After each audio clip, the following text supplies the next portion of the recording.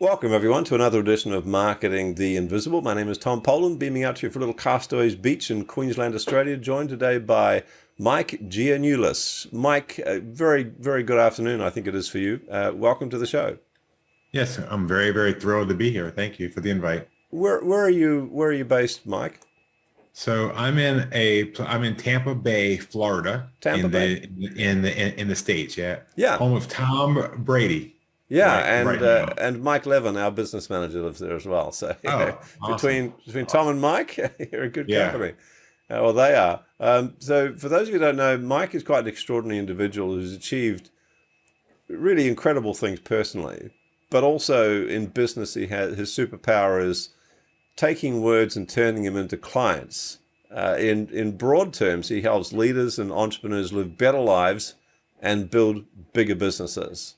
And Mike, I love the way those two things go together, because very often people have a wall between them. And in fact, Yeah. there can't be a separation.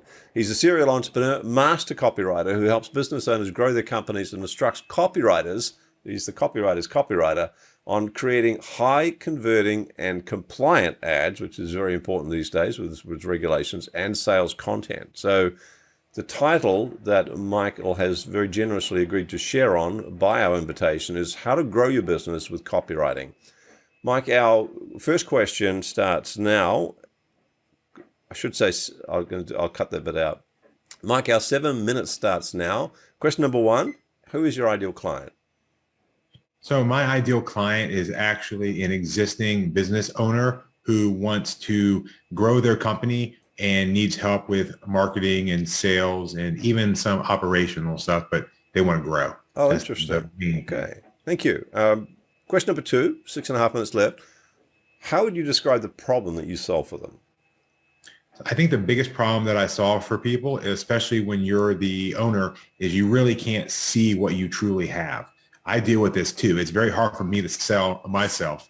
And I understand that these people, it's hard for them to sell themselves, and especially underpricing, not wanting to charge your true value, Right. and then also being able to structure your offer or your program or whatever it is that you sell in a way that's compelling, that people will want to buy it without having to resort to like persuasive little hacks, you know? Right. This is the alleged hacks.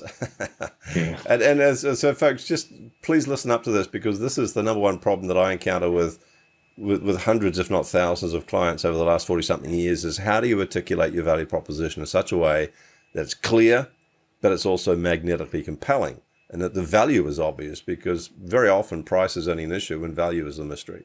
So listen up. This is the real oil coming from Michael here. My question number three, 5.5 minutes left. What would you say would be the typical symptoms of someone who needs your services? What's going on in their life or their business right now? I think some of the biggest symptoms for people that need what I do is they're kind of at a place where they sort of feel stuck, that they've kind of done what they know how to do, and they've reached a point where they're sort of like, they're either going to decide, I break it down into three things, the three S's. You can like, you can stay where you're at, you can decide to sell, or you can decide to scale. So which of those three is it? You know, is it going to, are you going to stay and just kind of say, hey, this is it? And again, there's nothing wrong with that. If that's where you're at, great, Sure. you know. But if you want to sell it, that's fine too. Or if you want to scale it. And many times people have they're just unsure of how do they reach to either a new audience or roll out new products or create ads that better convert, especially on the front end, so they Right. can afford to run more ads. That's Right. probably the biggest thing, is like they don't have a scalable marketing system. And that's the biggest struggle. And if I can add a little PS here, folks, if you're looking to avoid stress, the other S, you can't, but you can manage it. And I tell you what, I prefer the stress of scaling over the stress of surviving any day. Yeah, that's a great one. Yeah. But Mike, tell us about the question number four. And we've got 4 minutes left, and we're right on track. What are some of the common mistakes that people make prior to finding your solution? So what are they trying to do to get out of the sort of feeling of feeling stuck right now that it just ain't going to work? Well, this is going to sound kind of bad because this is part of what I do, but I do think a lot of people make the mistake of just like getting themselves in the course mindset, or they're going to buy the next course, buy the next course, Right. buy the next thing, trying the new hack, go to the Facebook ads event that they saw advertised, and and so they end up spreading very, very thin, trying to find whatever the next thing is, and that's truly a bigger problem of going outside of your area of expertise. I see this all the time where I'll meet people and they're like a world-class, say, psychologist, right? And they're spending their nights and their weekends learning Facebook ads. Not worth it. Just get someone to do that, So I find people, they think they need to learn to write ads themselves and run their own Facebook ads, do this and do this.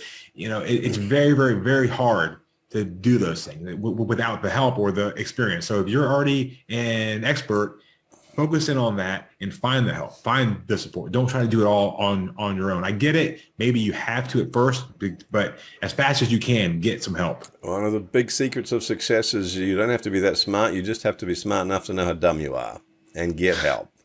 So folks, question number 5, 2.5 minutes left, Mike. What I'm after here is a top tip, a valuable free action someone could take, a step in the right direction, if you will. Not going to solve the whole problem, but it might help them start moving. I think two big things is focus, is really home in on what's the biggest problem that you solve and what's the biggest promise that you can make. Nice. And if you can really iron out those two things, those are the two ways that you'll attract people in. Yeah, I love those two questions. The biggest problem you solve and the biggest promise you can make to a prospective client about solving that problem. 2 minutes left, Mike. Question number 6, a valuable free resource we could direct people to that's going to help them even more. You got a URL, a landing page somewhere? Yes. So if people want some access to some like pre-written copy that I've already done for them, template structures with the ability of an AI to actually write those, I'm about to launch prontowrite.com, and I'm allowing people to join it as a beta tester. So they just go to prontowrite.com, they can opt in, and as soon as it comes live, they'll be the first to know, and they'll get early kind of like free tester access. Folks, it's very clever. I've got it open on the screen now, the landing page. And essentially what it is a template that guides you through the articulation of what it is you want to say so that it's clear and it's compelling. Mike holds your hand digitally through that process. So it's Pronto, P as in very fast, PRONTO, write as in you're scribbling something, WRITE.com. Go get it. We got 65 seconds left, Michael, so plenty of time for the last question. Question number 7 is, what's the one question I should have asked you but didn't? Yeah, always the toughest one. I've seen your show, so this is the one that I've been thinking about. I think probably it would be, what should someone do if they're sort of feeling stuck, if they're unsure of what the next step is for them? How do they know when they're ready for that next step? And I kind of tell people when it comes to scaling things, you've got to, it's kind of cool, but the word scale itself is the answer. So if you're going to scale, when you think about scale, you can think about balancing, right? So if you want to ramp up any particular area, you've got to make sure you're doing it at the same time. So you can't just scale marketing if you don't have operations and fulfillment in the sales team. So you have to look at everything across the whole spectrum and bring them up at the same time. Perfect. All right, we did it. Michael, perfect timing. Thanks so much for your time and your insights. Thank you. Thanks for checking out our Marketing the Invisible podcast. If you like what we're doing here, please head over to iTunes to subscribe, rate us, and leave us a review. It's very much appreciated. And if you want to generate 5 fresh leads in just 5 hours, then check out www.5hourchallenge.com.